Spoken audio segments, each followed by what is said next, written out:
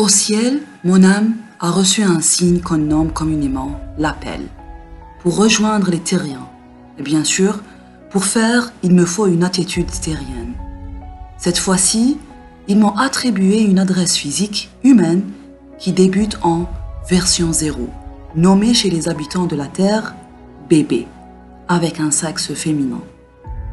Moi, qui est libre et avec une énergie qui tend vers l'infini, je me retrouve face à un nouveau défi qui se résume dans le pouvoir de se libérer malgré les limitations physiques et géographiques. D'après le manuel terrien, il y aura beaucoup de lois et d'interdictions. Je voulais tout lire avant d'habiter le nouveau corps, mais il paraît que toutes les informations sont relatives à la géolocalisation et à la culture sur laquelle je vais tomber. Le jour J est arrivé, je suis sortie sur Terre à travers une âme belle et courageuse qui me précède de quelque temps sur Terre. Pour confirmer mon activation, le corps hôte a lancé la sonnette d'alarme à travers des larmes. Je suis bien portée dans les bras de la brave femme qui est fatiguée car elle vient juste de donner vie à une nouvelle âme, mais qui n'arrête pas d'entendre des phrases du genre « il faut et il ne faut pas ». Elle ne réclame pas, mais lance des soupirs. J'ai compris qu'il s'agit des interdictions. Je l'ai donc noté pour s'en servir un jour. J'ai commencé à m'habituer à mon attitude terrienne, mais ce qui m'inquiète, c'est que je commence petit à petit à oublier réellement qui suis-je et pourquoi je suis là. J'essaye juste de m'adapter au monde physique qui m'entoure et aux individus qui le façonnent. Je fais mes preuves sur le terrain en faisant mes premiers pas et en apprenant à utiliser et à reconnaître mes 5 sens humains. Je suis contente par la vue, alors je veux porter plein de couleurs. Mais je me confronte aux interdictions du bleu et d'autres couleurs, soi-disant destinées aux garçons. Je veux aussi me colorier les ongles, mais ils disent que c'est interdit, car je vais m'habituer quand je grandis.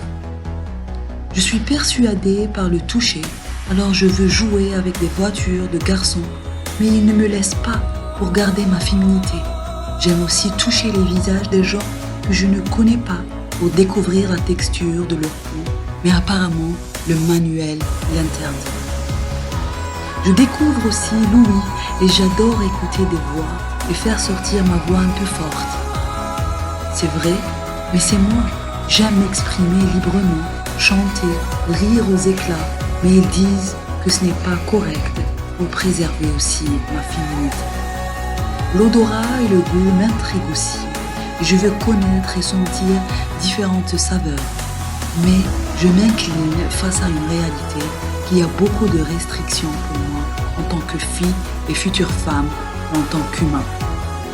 J'ai grandi ainsi que les interdictions qui ont pris de l'ampleur ont devenu comme une prison pour mes rêves.